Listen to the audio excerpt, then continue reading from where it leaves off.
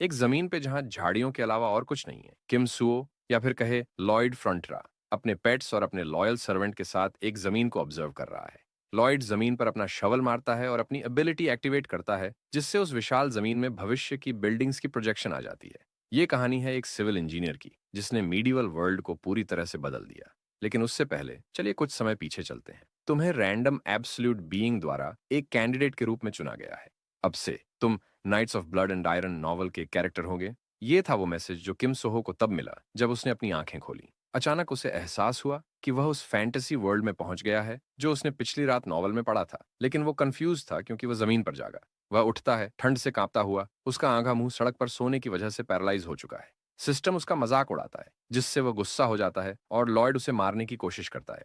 जब वह दोबारा होश में आता है तो उसे पता चलता है कि उसने नॉवल के किसी कैरेक्टर को पजेस कर लिया है। तभी उसके दिमाग में आता है कि वो इंसान जो सड़क पर सोता है और एक गांव में रहता है, वो और कोई नहीं बल्कि यंग मास्टर लॉयड होगा। लेकिन तभी उसका बॉडीगार्ड जो उसे हर जगह ढूंढ रहा था, उसे वो आखिरकार मिल जाता है। और वह और कोई नहीं बल्कि नॉवल का प्रोटैगनिस्ट जावियर अजरान है। प्रोटैगनिस्ट उसे तुरंत पहचान लेता है क्योंकि वह बिल्कुल नॉवल की इलस्ट्रेशंस जैसा दिखता है।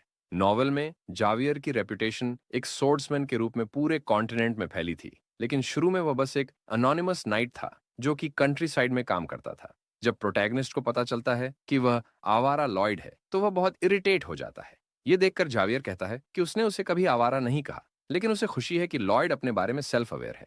अब हम लॉयड के फैमिली मैंशन में पहुंचते हैं, जहां जावियर फायरप्लेस गर्म कर रहा है और लॉयड से पूछता है कि क्या उसे सच में याद नहीं कि क्या हुआ था। अपेरेंटली लॉयड ने इतना पी लिया था कि वह पूरी तरह ड्रंक हो गया और उसने बार के फर्नीचर को तोड़ दिया और किसी तरह घर वापस आते हुए वो रास्ते में बेहोश हो गया। प्रोटैगनिस्ट ठंड से कांपता हुआ जमीन की तरफ देखता है। हालांकि वहां गर्मी है, लेकिन एनवायरनमेंट अभी भी बहुत ठंडा है, जैसा कि एक फैंटेसी मेडिवल वर्ल्ड में एक्सपेक्टेड था। जाने से पहले जावियर कहता है कि वह बार इंसिडेंट को लॉयड के पिता को रिपोर्ट करेगा और प्रोटैगनिस्ट उससे अपने फैमिली की डेट्स के बारे में पूछता है। उसे नॉवल की पूरी कहानी पता है, जो उसने अपने अपार्टमेंट में एक ही रात में पढ़ ली थी। उसे लॉयड के परिवार की किस्मत भी पता है। बैरन और बैरनेस को स्कैमर्स ने मार दिया था और आवारा लॉयड भी मर गया था।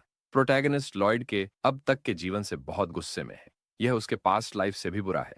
अगले दिन उसकी माँ ने उससे पूछा कि क्या उसने सच में कल रात बार में सब कुछ तहस-महस कर दिया था, और उसे बार के मालिक से माफी मांगने के लिए कहा।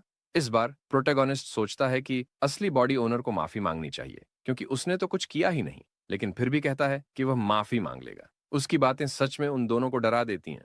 उन्होंने कभी सोचा भी नहीं था कि वो किसी से माफी मांगेगा। सिटी में एक आदमी जो कि भूसा रख रहा था, लॉयड और उसके गार्ड को टाउन में चलते हुए देखता है और इतना डर जाता है कि कार्ट के पीछे छुप जाता है। दरअसल ये पूरे टाउन में सभी के साथ होता है, यहाँ तक कि बच्चों को भी ये इंस्ट्रक्शन दी जाती है कि उससे आई कांटेक्ट न करें। उसकी प्रेजेंस ही गांव वालों को डिसगस्ट कर देती है, लेकिन ये चीज लॉयड पहले से ही जानता है। वो सोचता है कि आखिर हावियर उसको फॉलो क्यों कर रहा है। जावियर कहता है कि किंग ने उसे कहा है कि दोबारा कोई एक्सीडेंट न हो, मतलब साफ है वो वहां लॉयड से गांव वालों की सुरक्षा करने के लिए है। प्रोटैगनिस्ट सोचता है कि क्या उसे पहले अपनी इमेज सुधारने की कोशिश करनी चाहिए, मगर उसके पास इससे भी ज्यादा इंपॉर्टेंट काम है। उसे अपनी फैमिली की डेट्स चुकानी होगी और इसके लिए उसे जल्द ही ढेर सारा पैसा कमाना होगा। तब फिर कहीं जा करके वो आराम की जिंदगी जी सकेंगे।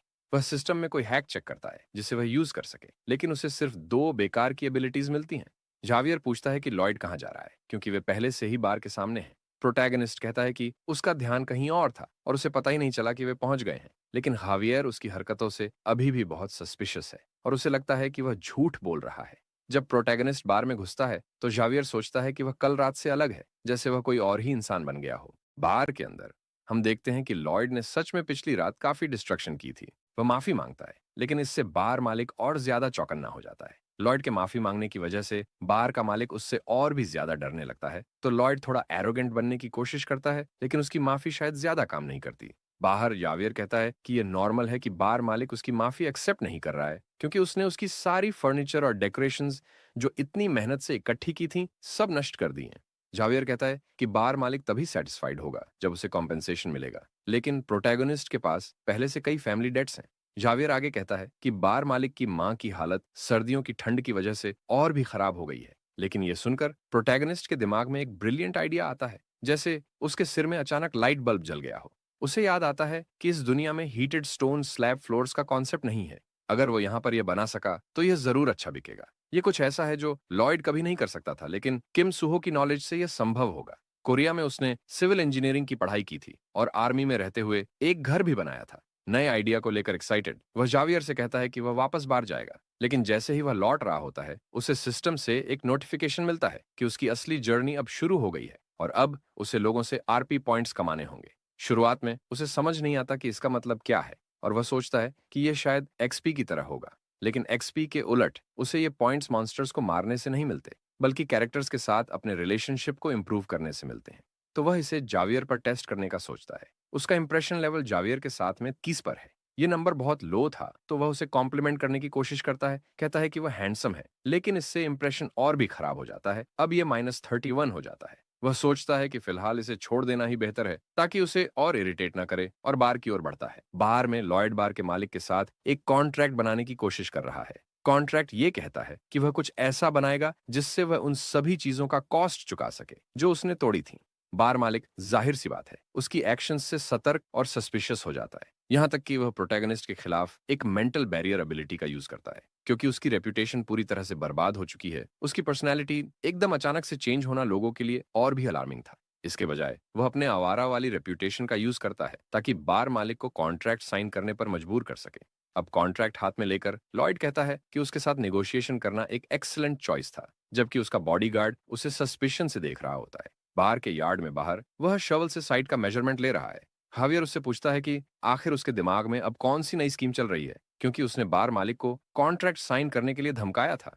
प्रोटैगनिस्ट कहता है कि वह उसे उसके पास्ट एक्शंस के आधार पर जज कर रहा है, लेकिन अब चीजें अलग हैं। आखिर में वह उन्हें खुश कर देगा। वह डिगिंग शुरू करता है और सोचता है कि उनकी खुशी की वजह उसकी फ्यूचर की वेल्थ की फाउंडेशन होगी। वह एक होल खोदता है और उसे फ्लैटन करता है, उसे कई बार स्मूथ बनाने के लिए हिट करता है। फिर वह मैंशन के वेयरहाउस से लकड़ी का यूज करके घर की स्ट्रक्चर बनाता है। एक हफ्ते बाद घर की फाउंडेशन लगभग तैयार हो चुकी है। बस उसे नदी के पास की रेड क्ले का यूज करके उसका एक्सटीरियर तैयार करना है। वह पूरी तरीके से थक जाता है और कहता है कि उसका शरीर अभी भी फिजिकली वीक है। जावियर सच में इस बात से इंप्रेस है कि लॉयड ने बार मालिक के साथ किए कॉन्ट्रैक्ट को निभाया है, भले ही वह थका हुआ है। प्रोटैगनिस्ट कहता है कि उसके पास रेस्ट करने का टाइम नहीं है और वह अपना काम जारी रखता है। वह लकड़ी काटने की तैयारी करता है, लेकिन हावियर उसे रोक लेता है, उसके हाथ से एक्स ले लेता है और पूछता है कि अब क्या करना है। वह वुडन प्लैंक्स को हवा में उछालता है और तुरंत उन्हें परफेक्ट शेप्स में काट देता है। प्रोटैगनिस्ट इंप्रेस्ड होकर जावियर को थम्स अप देता है। ये तो एक्सपेक्टेड था किसी ऐसे इंसान से जो जल्द ही सोर्ड मास्टर बनने वाला है। वह इस काम की तुलना मॉडर्न इक्विपमेंट से करता है और बोल्डली जावियर से पूछता है कि वह उसे डिगिंग में हेल्प करे, जो ऑब्वियसली जावियर को अनॉय करता है, क्योंकि थैंक्स बोलने की बजाय प्रोटैगनिस्ट उससे और काम करने को कह रहा है। लेकिन प्रोटैगनिस्ट उसे कन्विंस कर लेता है और कहता है कि अगर वे जल्दी काम खत्म कर लेंगे तो जावियर को पता चल जाएगा कि वह आखिरकार क्या रहा है। कोई और चॉइस न होने के कारण जावियर जल्दी काम खत्म करने के लिए उसकी मदद करने लगता है और थोड़ी देर बाद वे घर पूरा कर लेते हैं। जावियर प्लग पर बने सिंबल के बारे में पूछता है, लेकिन प्रोटैगनिस्ट कहता है कि ये उसका लोगो है। फिर वह जावियर को बुलाता है ताकि उसको ये दिखा सके कि उसने किस तरह का काम किया है। फिर वो फायरप्लेस जलाता है और बार मालिक और उसकी माँ को बुलाता है। दोनों को यह वार्म रूम बहुत पसंद आता है। बूढ़ी औरत कहती है कि उसे लगता है जैसे उसकी जॉइंट्स अब ठीक हो रही हैं, जबकि बार मालिक सोचता है कि लॉयड ने ऐसा कैसे किया। प्रोटेगनिस्ट सोचता है कि इस दुनिया के लोगों का सरप्राइज्ड होना नॉर्मल है, क्योंकि यह है ऑनडोल फ्लोर टेक्निक का कमाल, जो एक कोरियन मेथड है रूम हीटिंग के लिए। जावियर इम्प्रेस्ड है ये देखकर कि उसने सच में उन दोनों को खुश कर दिया है। भले ही उसे लॉयड की इंटेंशंस पर अभी भी डाउट है, लेकिन ये अनडिनाइबल है कि उसकी वजह से दो लोग खुश हैं। जावियर की प्रोटैगनिस्ट के बारे में इंप्रेशन 2 पॉइंट्स से बढ़ जाती है और उसे 36 आरपी पॉइंट्स मिलते हैं। प्रोटैगनिस्ट थोड़ा मजाक भी करता है अपने बॉडीगार्ड के साथ और कहता है कि शायद जावियर यही सोच रहा होगा कि ऐसा बेकार इंसान ये कैसे सोच सकता है। हालांकि उसने घर बनाने में थोड़ा खर्चा किया, लेकिन कोई फर्क नहीं पड़ता, क्योंकि ये मॉडल हाउस उसकी नई इनकम सोर्स का शोकेस होगा। कुछ दिनों बाद लोग सोना एक्सपीरियंस करने के लिए लाइन में खड़े थे और जो भी अंदर से पसीने में तरबतर बाहर आ रहा था, उसे देख के बाकी लोग जो अभी तक अंदर नहीं गए थे और ज्यादा क्यूरियस हो रहे थे। प्रोटैगनिस्ट इस मौके का फायदा उठाता है अपनी आइडिया बेचने के लिए। उसने दो अलग अलग प्लान्स बनाए, टाइप ए जो एक सेपरेट कंस्ट्रक्शन है और टाइप बी जो एग्जिस्टिंग हाउस फ्लोर को रिमॉडल करता है। साथ ही अगर दोनों कंस्ट्रक्शंस को खरीदते हैं तो 10% डिस्काउंट भी देता है। जब प्रोटेगनिस्ट अपनी चालाकी से कॉन्ट्रैक्ट्स बेचने की कोशिश कर रहा होता है, तभी उसका पिता वहां आता है, पूछता है कि वह क्या कर रहा है। उसे देखकर प्रोटेगनिस्ट थोड़ा अप्रिहेंसिव हो जाता है और सीन बदलता है और मैंशन में वे दोनों डिनर कर रहे होते हैं, एक दूसरे के सामने बैठे हुए। ऐसा नहीं है कि वह अपने पिता से बच रहा है, लेकिन अगर उन्होंने कंस्ट्रक्शन करने से मना कर दिया तो परेशानी हो सकती है। उसका पिता डिसाइड करता है कि वह उसकी बात सुनेगा और पूछता है कि वह क्या साजिश रच रहा है। इस बार प्रोटेगनिस्ट लॉयडवुड बनने की कोशिश करता है और कहता है कि उसने सिर्फ बार मालिक के लिए एक हीटेड रूम बनाया है। हालांकि उसके पिता को पहले से ही इस कॉन्ट्रैक्ट के बारे में पता है, वह उसे चेतावनी देते हैं कि जनता से झूठ बोलना और उन्हें धोखा देना बर्दाश्त नहीं किया जाएगा। प्रोटैगनिस्ट कहता है कि वह ऐसा कुछ नहीं कर रहा और जाने की इजाजत मांगता है। लेकिन उसके पिता पूछते हैं कि क्या वह परिवार की स्थिति को लेकर परेशान है। फिर वह आगे कहते हैं कि चिंता मत करो, वह जल्दी ही इस स्थिति से उबर जाएगा, और उससे कहते हैं कि सही रास्ते से मत भटकना। प्रोटैगनिस्ट को याद आता है कि नॉवेल में असली लॉयड ने भी अपने पिता से यही शब्द सुने थे। उस वक्त उसे लगा था कि सब कुछ ठीक है, लेकिन वह एक झूठ था। जब वह निकलने लगता है तो अपने पिता से कहता है कि हार मत मानो और स्ट्रांग बने रहो, और यही वो शब्द थे जो असली लॉयड को अपने पिता से तब कहने चाहिए थे। कॉरिडोर से चलते हुए वह उन रिक्वेस्ट्स के बारे में सोच रहा होता है जो उसे मिली थी। तभी दो लोन शार्क्स उसके पास से गुजरते हैं बिना उसे ग्रीट किए।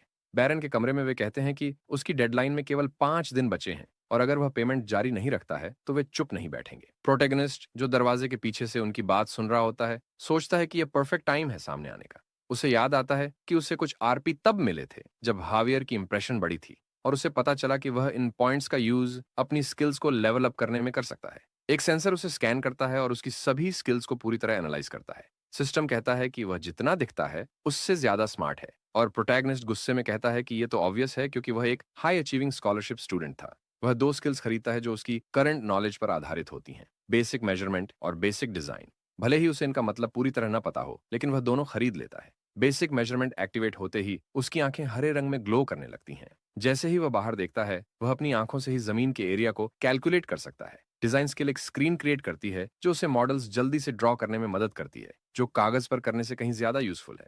भले ही अब काम आसान हो जाएगा, फिर भी एक कंस्ट्रक्शन प्रॉब्लम है क्योंकि उसके पास पर्याप्त मैन पावर नहीं है, और वह सोचता है कि अगर उसके पास एक बैकहो या हैवी मशीन होती तो चीजें बहुत आसान हो जाती। तभी सिस्टम कहता है कि एक फैंटेसी स्पीशीज समन करना पॉसिबल है, जिससे प्रोटैगनिस्ट काफी एक्साइटेड हो जाता है। लेकिन इसे समन करने के लिए 50 आरपी की जरूरत होती है और उसके पास सिर्फ एक आरपी है। फिर भी वह सोचता है कि अगर फैंटेसी स्पीशीज उसकी इमेजिनेशन जैसी हुई तो वे हैवी मशीन से ज्यादा यूजफुल होंगी। अब वापस लोन शार्क्स पर आते हैं। वे बैरन को धमका रहे होते हैं कि अगर उसके पास पैसे नहीं हैं तो वे उसकी पत्नी और मेड को बेचने के लिए ले जा सकते हैं। लेकिन तभी प्रोटैगनिस्ट वहां आता है और पूछता है कि क्या सिर्फ इसलिए कि वे लोन शार्क्स हैं उनमें कोई मैनर्स नहीं है। वे पूछते हैं कि एक बच्चे को बड़ों की बातचीत में दखल देने का हक कैसे है। लेकिन इससे पहले कि वे उसे जाने के लिए कहें, प्रोटोगोनिस्ट उनसे उनके इनविटेशन लेटर की मांग करता है। वो बताता है कि किंगडम के नोबल लॉ के आर्टिकल 3 सेक्शन 6 के अनुसार हर नोबल को अपने अधिकारों और हितों की रक्षा करने का हक है, और बिना इनविटेशन के एक नोबल के मैंशन में प्रवेश करना इन्वेजन के बराबर है।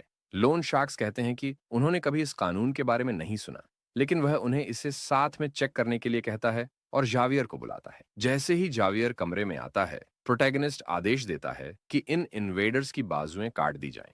लोन शार्क्स पूछते हैं कि क्या वह पागल हो गया है, और वो उसे डराने की कोशिश करते हैं, यह कहते हुए कि वह उनके ऊपर कोर्ट में केस कर देंगे।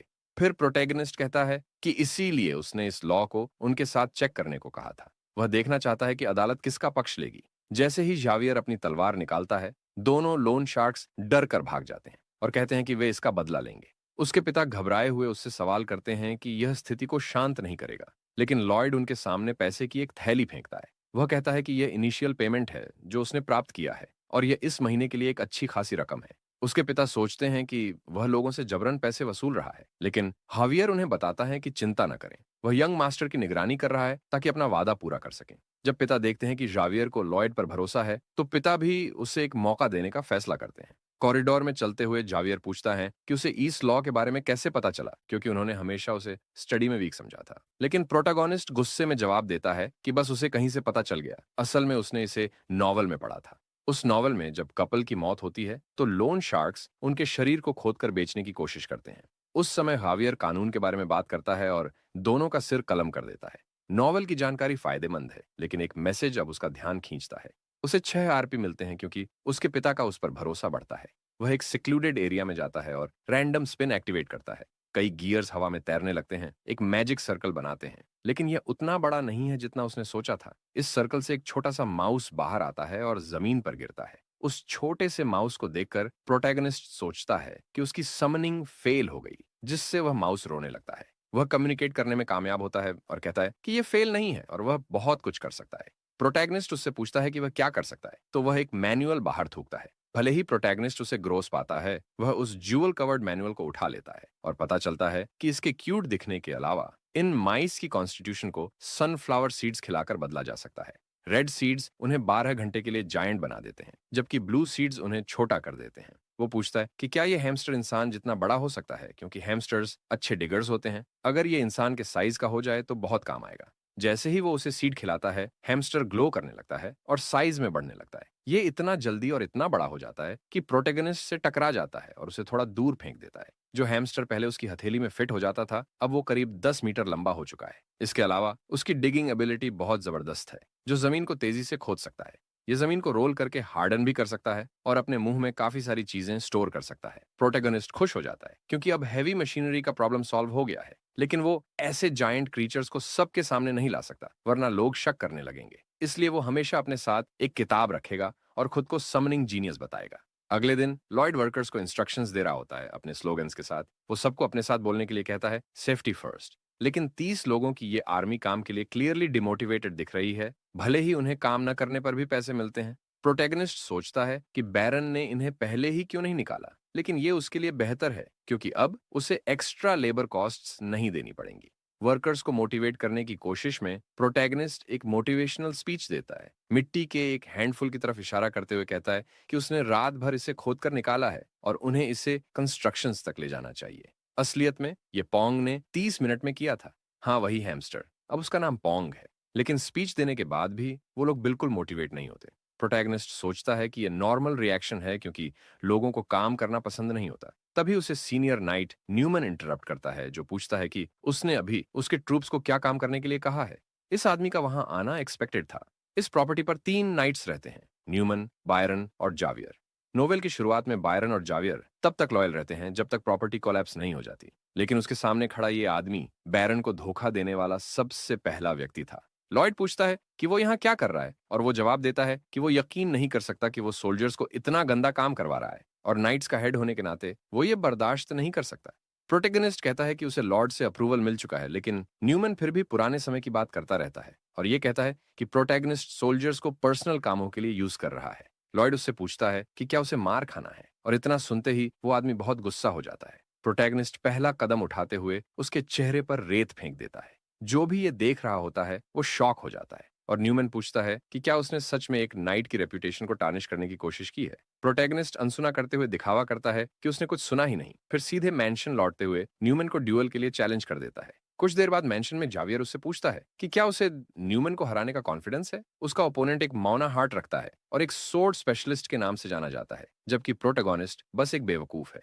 वो जीतने का सोच भी कैसे सकता है। जावियर लॉयड के इस बिहेवियर से इरिटेट हो जाता है, ऑलमोस्ट उसे अपनी तलवार से काट देता है। जावियर उसकी हरकतों का एनालिसिस करने की कोशिश करता है, लेकिन वो जो भी कर रहा है बहुत ही अजीब है। प्रोटैगनिस्ट अपनी नाक खुजाते हुए जावियर से सोर्ड्समैनशिप सिखाने को कहता है। जावियर कहता है कि वो कभी अपनी सोर्ड्समैनशिप किसी ऐसे इंसान को नहीं सिखाएगा जो खराब कैरेक्टर वाला है और अपने आसपास के लोगों के खिलाफ इसे इस्तेमाल कर सकता है। प्रोटैगनिस्ट को पता था कि जावियर तुरंत अपनी सोर्ड्समैनशिप नहीं सिखाएगा, इसलिए वो उसका इंसोम्निया क्योर करने का प्रपोजल देता है, जिसको नहीं पता ये नींद न आने वाली बीमारी है।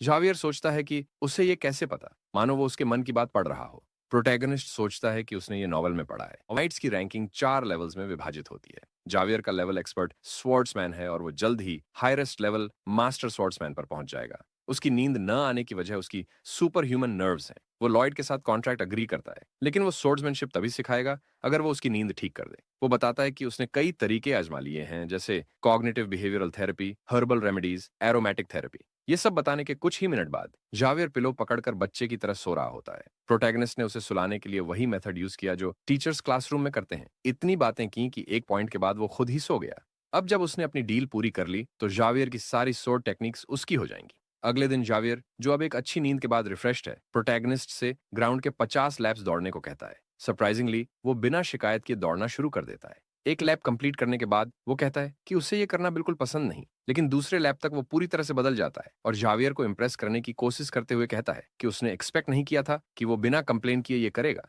तीसरे लैप तक पहुंचते पहुंचते वो कहता है कि अब जावियर जरूर कहेगा कि तुम्हारे पास कोई टैलेंट नहीं है और ये सब ट्रेनिंग करना छोड़ दो। जब वो जावियर को पूरी तरह से अनॉय कर रहा होता है, उसे एक स्किल मिलती है जो उससे खुद को स्लैप मरने के लिए कहती है। अब 2 सिस्टम भी उसका मजा ले रहा था, लेकिन वो सिस्टम को चुप होने के लिए कहता है। ये कहना झूठ होगा कि वो थका नहीं है, लेकिन ये सब उसकी पास्ट लाइफ के मुकाबले कुछ भी नहीं है।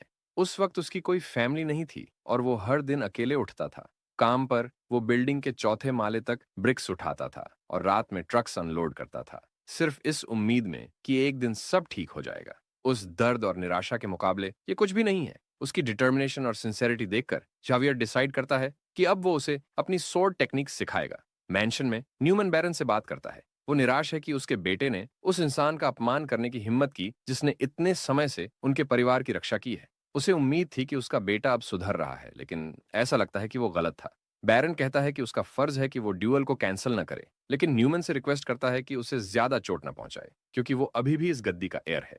न्यूमैन उसकी रिक्वेस्ट मान लेता है, लेकिन उसकी सच्ची इंटेंशंस कुछ और ही होती हैं। वो लड़ाई में उसे मारने का प्लान करता है और अगर बैरन ने शिकायत की तो वो उसे और उसकी पत्नी को भी मार देगा और इसे सुसाइड दिखाएगा, जैसा उसने पहले से प्लान किया था। 1 महीने बाद वो लॉन्ग अवेटेड बैटल शुरू होती है।